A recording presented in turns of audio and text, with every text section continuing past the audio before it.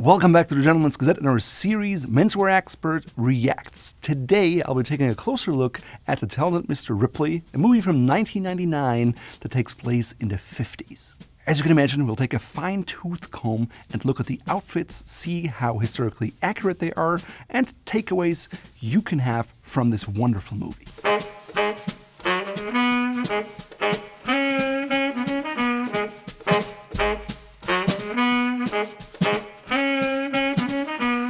The Talented Mr. Ripley made it into our list of 17 movies menswear enthusiasts must watch from the 70s to 2010s, and it stars Matt Damon, Gwyneth Paltrow, Jude Law, and Philip Seymour Hoffman. The movie is based on a 1955 novel of Patricia Highsmith by the same name. Interestingly, Highsmith wrote 4 other books following the exploits of the main character Tom Ripley.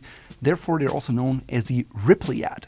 Ripley's character has been portrayed numerous times in film, radio, and TV, but in my opinion, the best version is the 1999 film directed by Anthony Minghella. The story follows a young, aspiring pianist, Tom Ripley, who works as a piano tuner on the side and is, through a coincidence, brought into position to bring back Dickie Greenleaf. Dickie is the son of an American shipping magnate hiding out in Italy, and the story evolves in a very intelligent, stylish psycho thriller. The film would go on to gain many nominations for important awards, including an Oscar nomination for Best Costume Design. Costume designers Anne Roth and Gary Jones really did a good job in this movie. They took their job very seriously, and so they went through 2 trunkloads of reference materials. Just think about magazine clippings, photographs, actual clothes, and through all of that they were able to put together prototypes for the characters in the movie.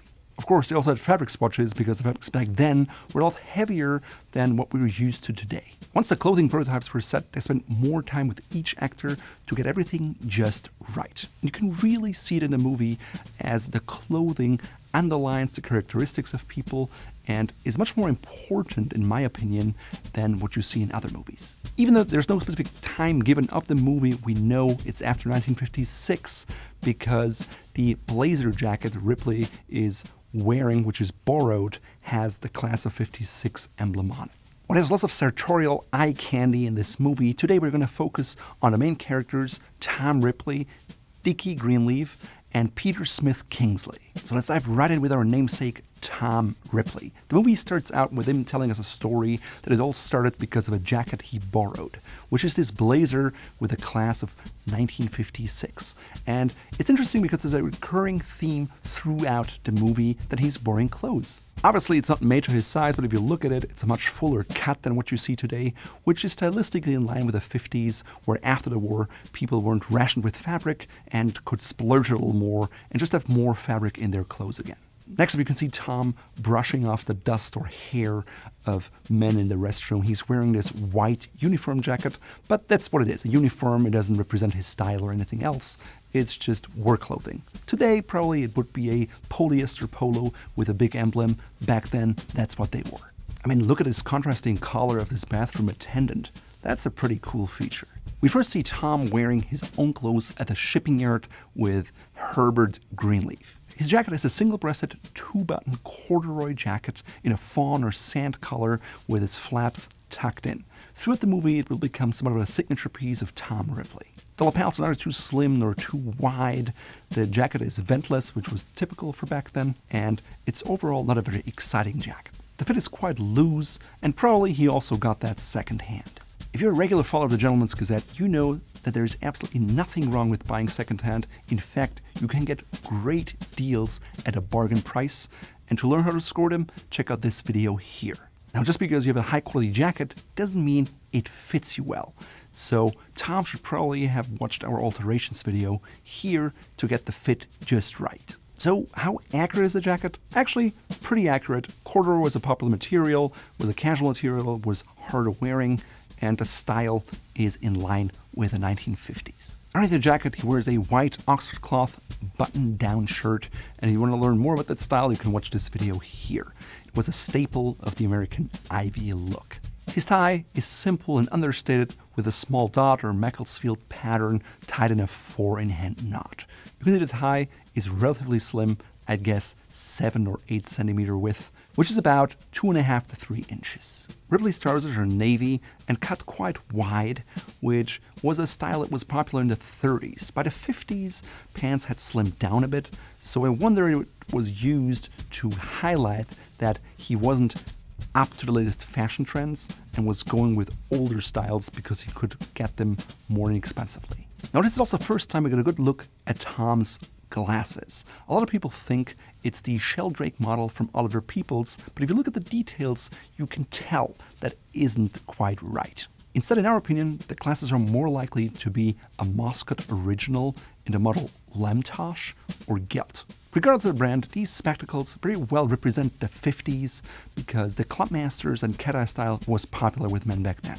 To learn more about the intricacies of gentlemen's eyeglasses, check out this video. As Tom is tasked by Herbert Greenleaf to bring back his son to the US from Italy, he prepares for his trip in his basement apartment, which looks quite shabby. Here we get a glimpse at his very limited wardrobe, which all fits on one simple rack. The scene emphasizes that he can't afford a nice apartment, and it reminds me of my early days when I stayed at the 3rd floor of a much smaller place and I had to shower in the basement with a coin-operated machine.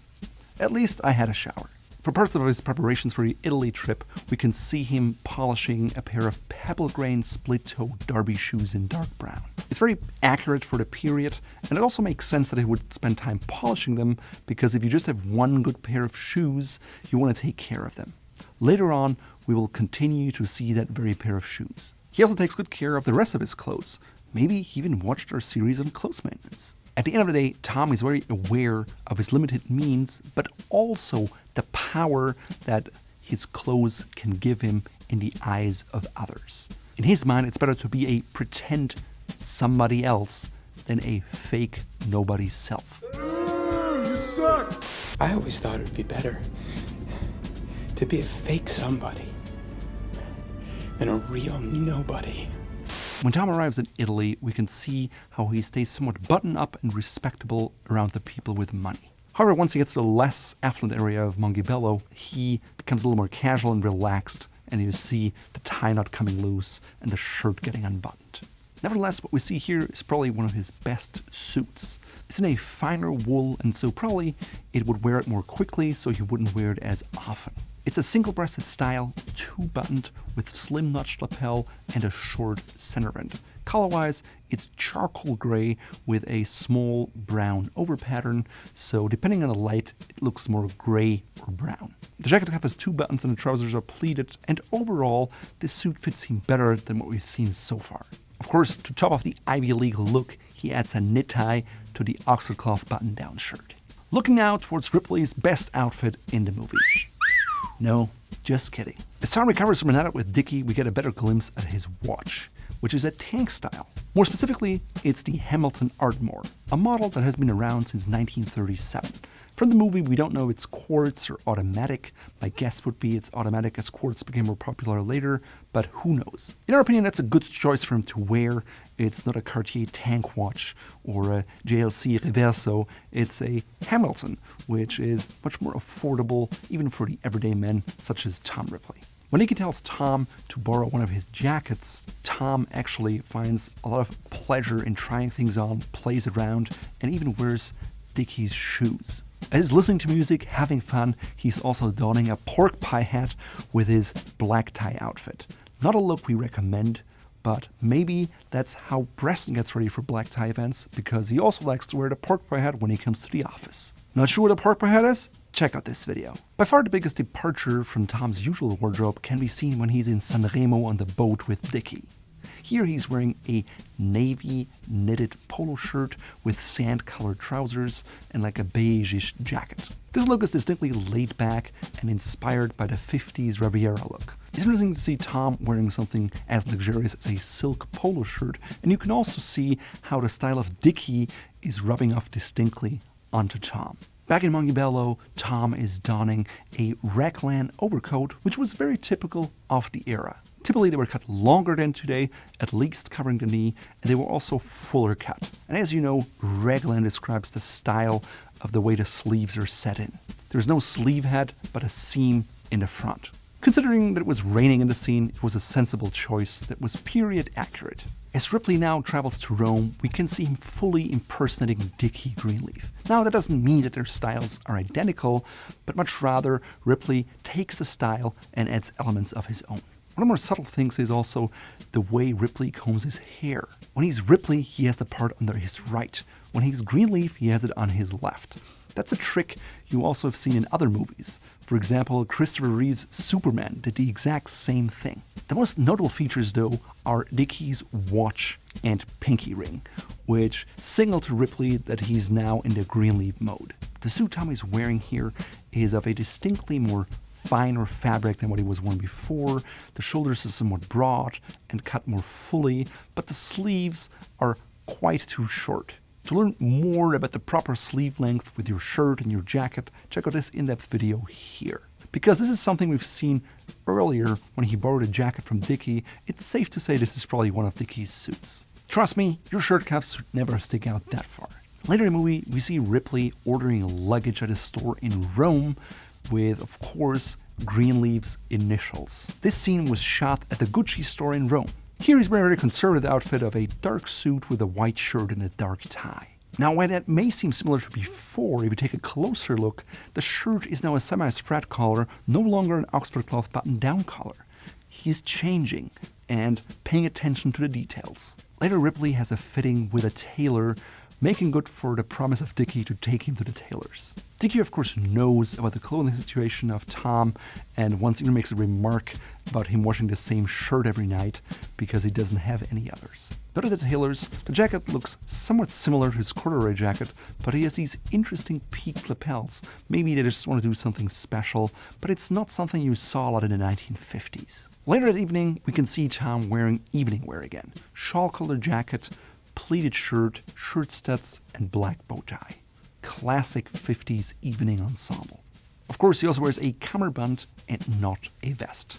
If you're interested in anything related to black tie, check out our in-depth black tie guide here. The fact that there's a significant collar gap in his jacket makes me believe it wasn't his jacket. It was certainly not tailored for him, but it was likely borrowed. The next morning, Tom meets Peter and Marge again, now wearing a navy jacket with some beige-colored trousers. But his signature pieces, the eyeglasses, the Oster cloth button-down shirt, as well as the knit tie, are back. Overall, the look is slightly elevated because of his trousers, which represent his elevated financial status now. As the film develops, we see Tom wearing more and more knitted polo shirts, which is a cross between his own style and Dickie's style. Now we can also see him wearing a dark turtleneck sweater for the first time, and it almost seems like Tom is taking on many different personas without ever being himself and reflecting his true style. An interesting addition is a pair of Gucci horsebit loafers,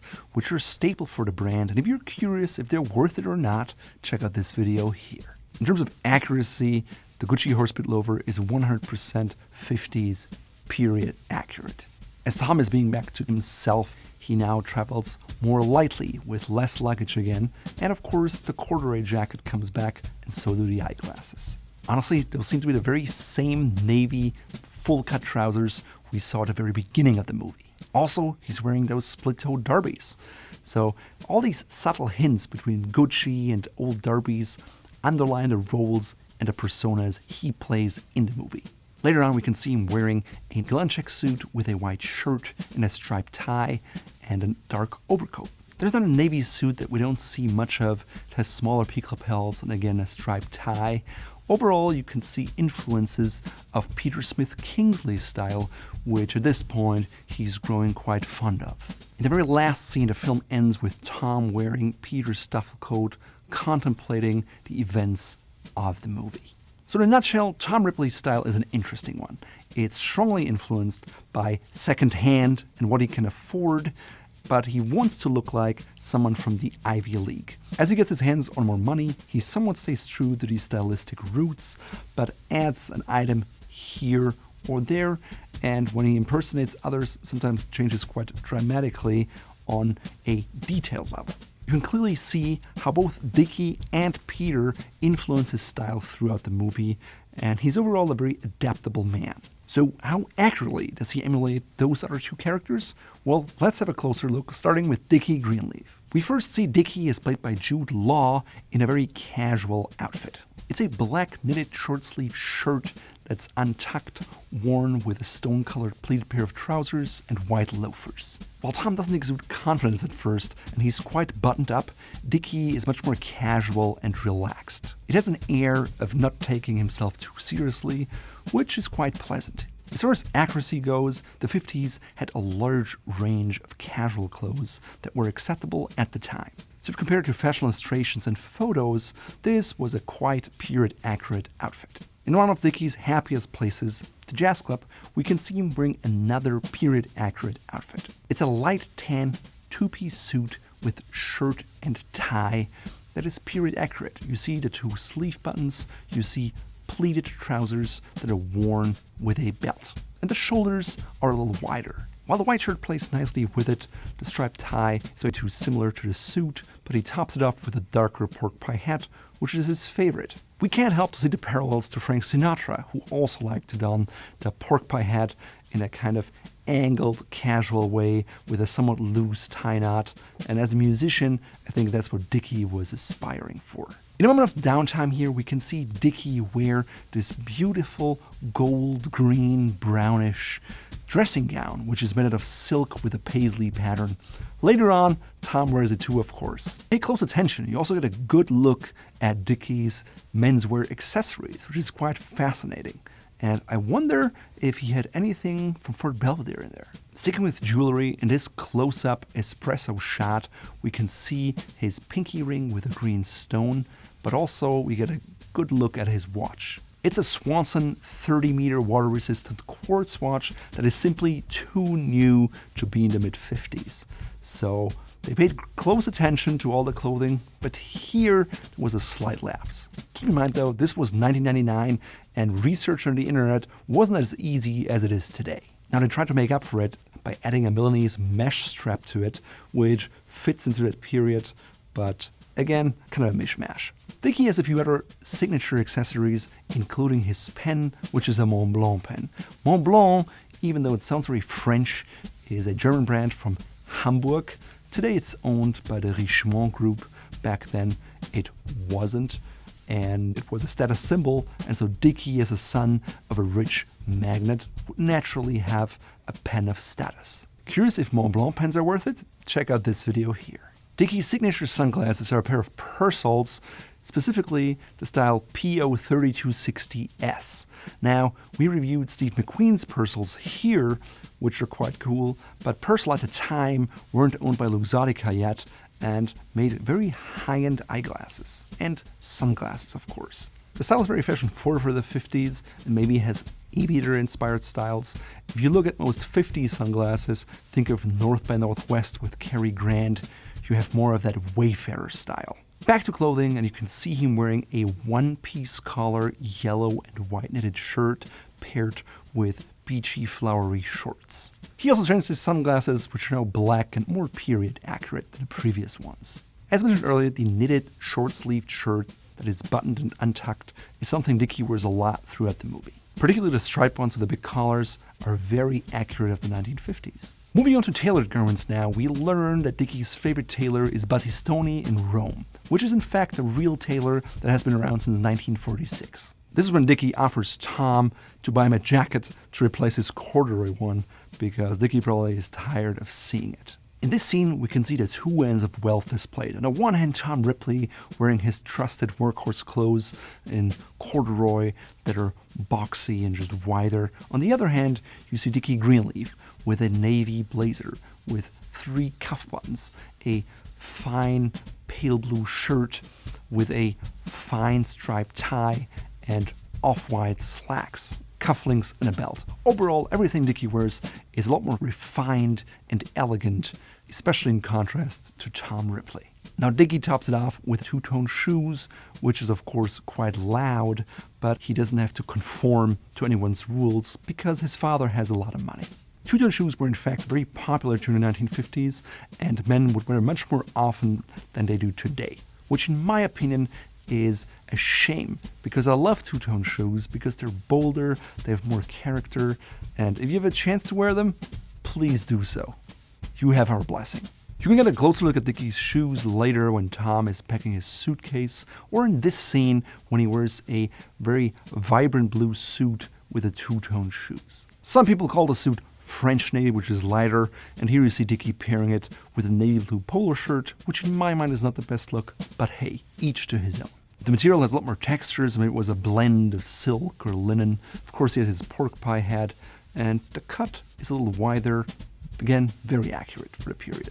Later on, you can see him again wearing this bold combination of dark blazer with white pants, and he just likes his two-tone looks, which you can also see in the scene on the boat. He has black polo shirt, white trousers that are rolled up at the hem, paired with white tennis shoes, for a very casual, relaxed look. As a whole, because of his jewelry and the bold contrasts, Dickie has a more confident style than Tom. At first, Dickie wears a lot of light colors, and Tom sees him as the golden boy. As the story progresses, we see more dark and light outfits, more black and white, and we also see behind Dickie's positive and negative sides.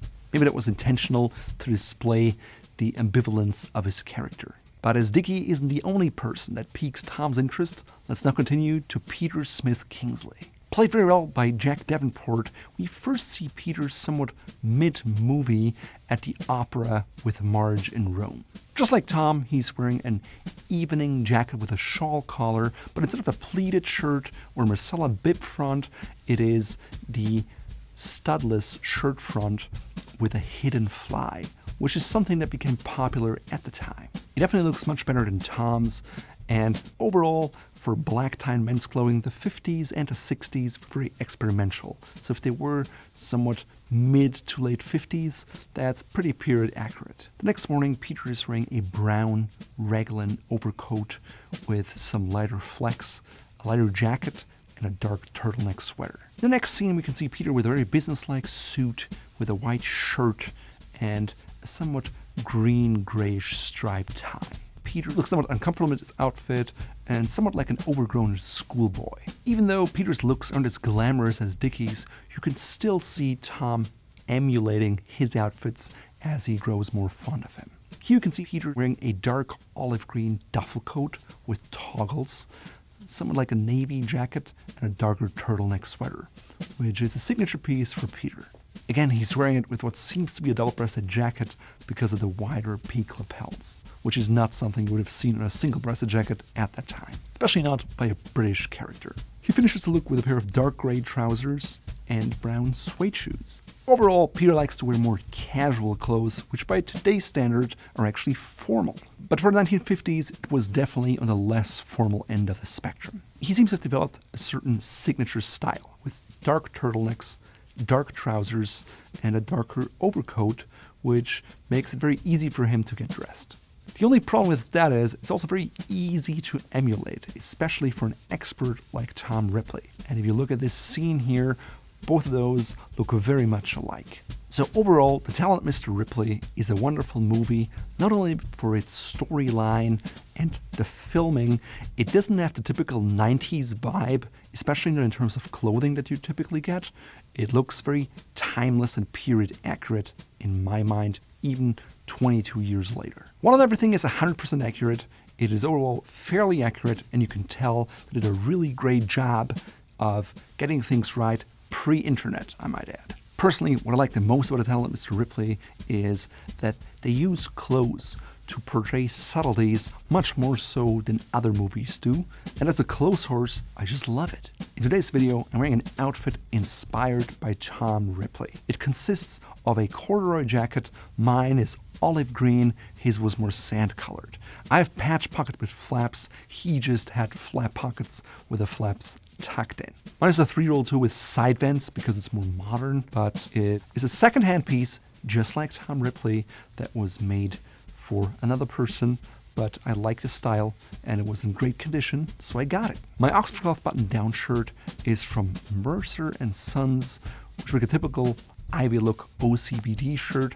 I'm pairing it with a brown silk knit tie by Fort Belvedere, And unlike Tom Ripley, I put in a pocket square because I don't like an orphaned jacket pocket. This has tones of blue and brown, which pick up the color of my tie, as well as my socks, which are also from Fort Belvedere, and you can find in our shop here, just like the pocket square. My navy pants don't have belt loops, otherwise I would have worn a belt with them. They're pleated, they're made for me by Oxford, and for my shoes, I chose a pair of medium brown split-toe derbies because I didn't have the dark brown ones that Tom was wearing in the movie. Because I love pinky rings, and there were a lot of them in the movie, I put on a tiger's eye ring in 14 karat gold with a Florentine finish, and it just picks up these brown tones in my outfit.